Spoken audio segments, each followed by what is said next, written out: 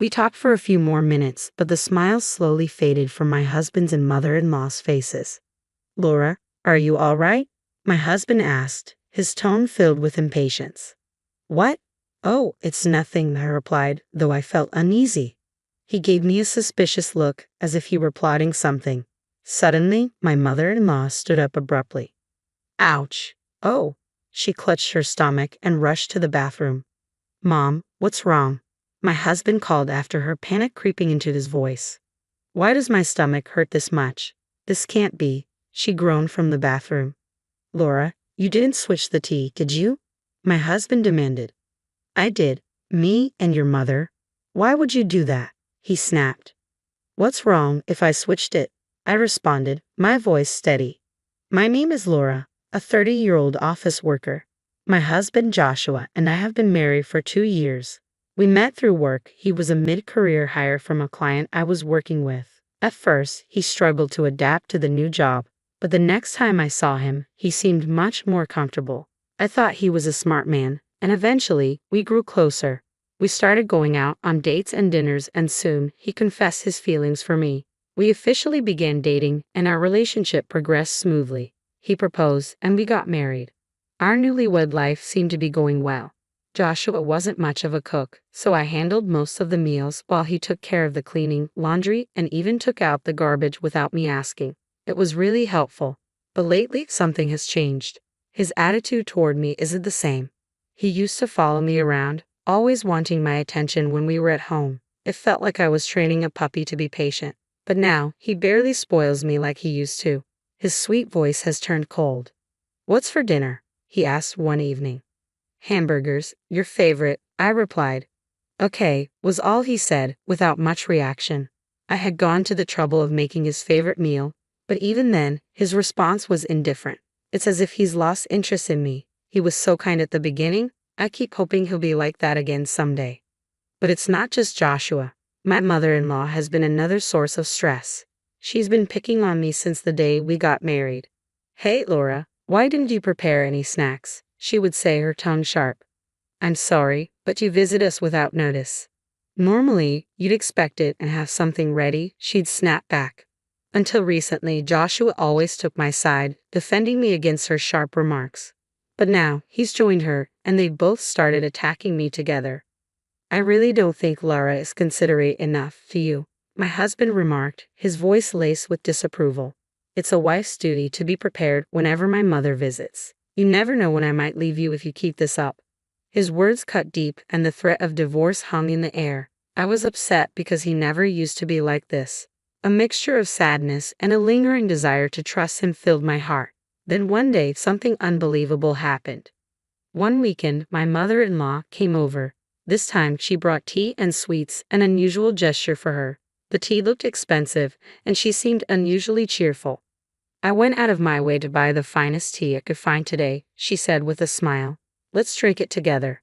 Her sudden kindness made me suspicious. It felt like there was something more to it. "Thank you, Mother. I'll make the tea today," my husband chimed in. This was surprising, considering he'd recently been telling me, "Hurry up and prepare the table. My mother's waiting," with little concern for my feelings. Why was he being so considerate now? While I was still feeling uneasy, my husband brought me a cup of tea, grinning widely. "Wow, it smells so good," my mother-in-law said as she leaned in to inhale the aroma. I was hesitant, but I leaned in closer too. It smelled like regular tea, but there was something off. Tiny bubbles floated on the surface. This didn't feel right. I knew I should drink it, but I wasn't sure how to avoid it without raising suspicion. Then an idea struck me. "Oh, mother-in-law, your favorite Korean singer was on the music show the other night, and I recorded it. You can watch it if you like." Her eyes lit up. "Oh really? I'll watch it right away." She quickly moved to get the remote control. But just as she did, she turned back. "Oh, isn't there any snacks? You made tea, but you forgot to prepare the snacks." I told my husband my plan, knowing his arrogance would make him easy to provoke. "I was just about to get the snacks ready now," I said, feeding innocence. "Wait a moment," he replied, a bit too eager. He went off to fetch the plates and snacks, leaving me alone at the table. Seizing the opportunity, I quickly switched my tea with my mother-in-law's, making sure to do it while they weren't looking. When they returned, my husband announced, Well, let's have some tea, shall we? My mother-in-law took a sip and smiled. It's a fine cup of tea, isn't it? I took a sip as well, noticing them both watching me intently. It certainly tastes different from usual, I commented casually. My husband and mother-in-law exchanged grins, clearly pleased with themselves. I know, it's different, my husband said with a chuckle. Yeah, it's delicious, I added, matching their enthusiasm. They laughed together, clearly enjoying the situation, while I continued to drink the tea, playing along. As we talked for a few more minutes, I noticed something strange. Their smiles began to fade. Laura, are you all right? My husband asked, his voice betraying a hint of concern. What? Oh, it's nothing, I replied, keeping my expression neutral. But then, suddenly, my mother-in-law stood up abruptly. Ouch! Oh, she groaned, clutching her stomach as she rushed to the bathroom. Mom, what's wrong with you? My husband cried out, panic setting in. Why does my stomach hurt so much? Oh no, this can't be, she gasped from the bathroom. A look of horror crossed my husband's face. Hey, Laura, you didn't switch the tea, did you? I did. I swapped mine with your mother's. What?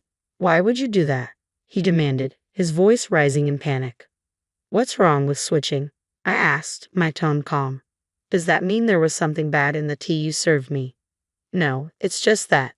Tell me the truth, I interrupted, my voice firm. Otherwise, you won't be able to handle this, and your mother could be in real danger.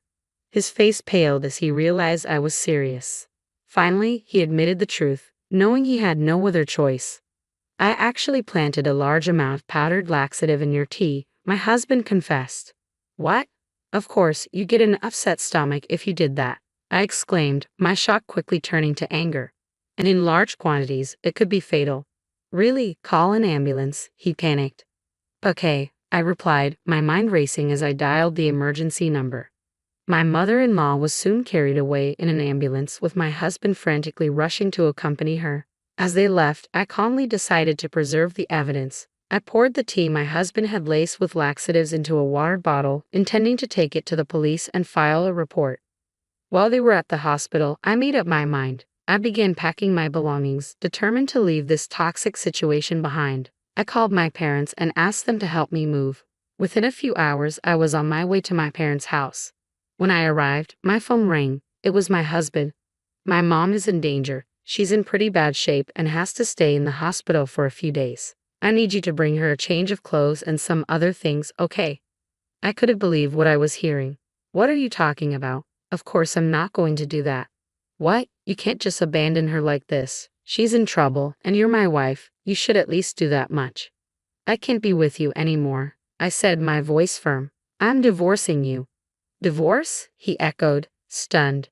When I said the word divorce, my husband was silent for a moment before responding, I see. If you insist on divorcing me, then I don't have a choice. But remember, since you're the one asking for the divorce, you don't get a share of the property.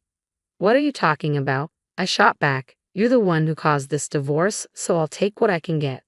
Don't be ridiculous, he retorted. I'm not paying you a dime. This was your idea, not mine. It's not my fault. I was disgusted. You tried to make me drink a cup of laxative tea. How can you think you're not at fault? I knew I had a powerful piece of evidence that would hold him accountable, but before I could mention it, he hung up the phone. I decided to focus on more pressing matters like arranging for a lawyer. I could deal with him later. Soon after, I started receiving a barrage of unreasonable and selfish messages from him. He asked why my belongings were missing from the house and complained that everything was falling apart because I wasn't there to do the chores. He also sent a string of texts trying to guilt-trip me. You're really going through with this divorce, aren't you? Do you even understand that once we're divorced, you'll have to take care of everything on your own? There were so many things I wanted to set straight, but I didn't respond until I had secured legal representation. After my mother-in-law was discharged from the hospital, my husband and his parents showed up at my parents' house. They were in a foul mood. Divorce isn't an option, but I'll comply if that's what you want, my husband said arrogantly. You didn't even come to visit my mother in the hospital after what happened to her. You just left, taking all your belongings. How can I stay married to a woman like that? My mother-in-law glared at me with disdain, clearly backing up her son's story. It was obvious they had twisted the entire situation to suit their narrative, and my father-in-law had believed every word. Laura, my father-in-law began, his voice heavy with disappointment. I think you're being a little selfish, my father-in-law said, the only reasonable person in my husband's family. Given how they had twisted the story, it was no wonder he'd think that way. I calmly took out my phone and played an audio clip. I had actually planted a large amount of powdered laxative in Laura's tea. My husband's voice echoed from the speaker. The audio was undeniable evidence. As soon as the recording played, my husband and mother-in-law's faces turned pale. How did that conversation come about? My father-in-law asked, his shock evident. My husband had dug his own grave. Father, I felt I was in danger, I explained. I quickly swapped mother-in-law's tea with my own. Then she suddenly got a stomachache. She's always bullied me, and though my husband used to be angry with her for that, lately, they've both turned on me. This time, he went too far. After hearing my explanation, my father-in-law's face turned furious. He glared at my husband and mother-in-law. Hey Joshua, what's going on? Is it true that you were bullying her too? He demanded. My husband and mother-in-law were visibly embarrassed as they tried to defend themselves. No, wait Dad, this was just for fun. Lara got sick to her stomach and well, I planted laxatives in her tea. It was like a fun surprise, you know. I wasn't actually bullying her, my husband stammered. And neither would I, my mother-in-law added hastily. I was just joking with her. You wouldn't really call that bullying, would you? My father-in-law's glare deepened. You think poisoning someone is just a joke? I don't know how much of a joke you think this is, I said coldly, but don't think you can get away with it forever. This is why Joshua has been so horrible to me, isn't it? I reached into my bag and pulled out an envelope, spilling its contents onto the table. It was photographic evidence of my husband's affair, gathered by a detective agency I'd hired. Joshua's face turned even paler. Why? Did you think I didn't know anything? I asked, my voice steady. Your attitude was so cold that I became suspicious and hired an investigator. I never thought you were actually having an affair. You were probably just trying to harass me into initiating the divorce. It was clear I'd hit the mark. Joshua was breaking out in a cold sweat, his eyes darting nervously. I confronted him with the divorce papers, ready to end this nightmare. No matter how clueless you've been, you must realize you're at a disadvantage now, I said. I'll get alimony and a fair share of the property. And by the way, I'm going to report you for assault for planting the laxative. The police? Joshua stammered. Wait a minute, don't you feel sorry for me? Sorry for you, I scoffed. You and your mother are both guilty. You cooperated with her in this. My mother-in-law, who had been quiet until now, suddenly protested. Ha! Wait a minute. Why should I be arrested? It was Joshua who planted the laxative. Mom, you came up with the plan, Joshua shot back. Don't you dare try to put this all on me. What? You asked me to help because you found a new potential wife, she retorted, her voice rising. They began to argue, each trying to shift the blame onto the other, neither willing to admit their guilt. It was a pathetic sight. Finally, my father-in-law, who had been watching in silence, snapped, Enough. You both committed a crime. Own up to it and take responsibility. Don't complain when the police come for you. And Joshua, you're going to pay Lara the alimony she deserves. And she'll get her fair share of the property. Joshua and my mother-in-law were completely shaken by the sound of my father-in-law's furious voice. I was relieved that he had snapped first. My own father had been on the verge of losing his temper too. We'll handle the rest through lawyers, I said firmly. Sign the divorce papers as soon as possible. Joshua hesitated, but my father-in-law's stern glare forced him to comply. Finally, he signed the papers, sealing his fate. My deepest apologies for the trouble my foolish son and wife have caused you, my father-in-law said sincerely before taking my ex-husband and mother-in-law home. After that, I pursued legal action through my lawyer, filing claims for alimony against both my ex-husband and his mistress. I ended up receiving $30,000 from each of them. I also reported the assault to the police, submitting the audio recording of my ex-husband admitting to spiking the tea with laxatives and providing the tainted tea as evidence. Both my ex-husband and mother-in-law were arrested and fined. My father-in-law, utterly disgusted with his wife's behavior, left her and filed for divorce. This left my ex-mother-in-law to fend for herself. She had to pay the fine on her own. But with her and my ex-husband now at each other's throats, she couldn't even rely on her son. She's currently working part-time for a low salary to cover the fine. As for my ex-husband, his mistress was furious when she found out he had lied about being able to marry her without causing me any trouble. She lashed out at him, and in an attempt to appease her, he promised to pay her alimony instead. He ended up borrowing money from a loan company to pay me the alimony in one lump sum. After that, his mistress disappeared, leaving him with a mountain of debt and no one by his side. He was abandoned by both of us, and he truly deserved it. Meanwhile, I secured my share of the property and finally felt a sense of relief. I'm now living in my own apartment, working hard, and recently got a promotion. To celebrate, I'm planning a trip with friends or my parents. Intentionally making someone drink tea spiked with laxatives is a crime, not a joke. My ex-husband and mother-in-law deserve whatever consequences they face. I'm just grateful that my father-in-law was a decent person who understood what I was going through. This whole ordeal was a nightmare, but I'm hopeful that better days are ahead and that I'll eventually find someone truly wonderful.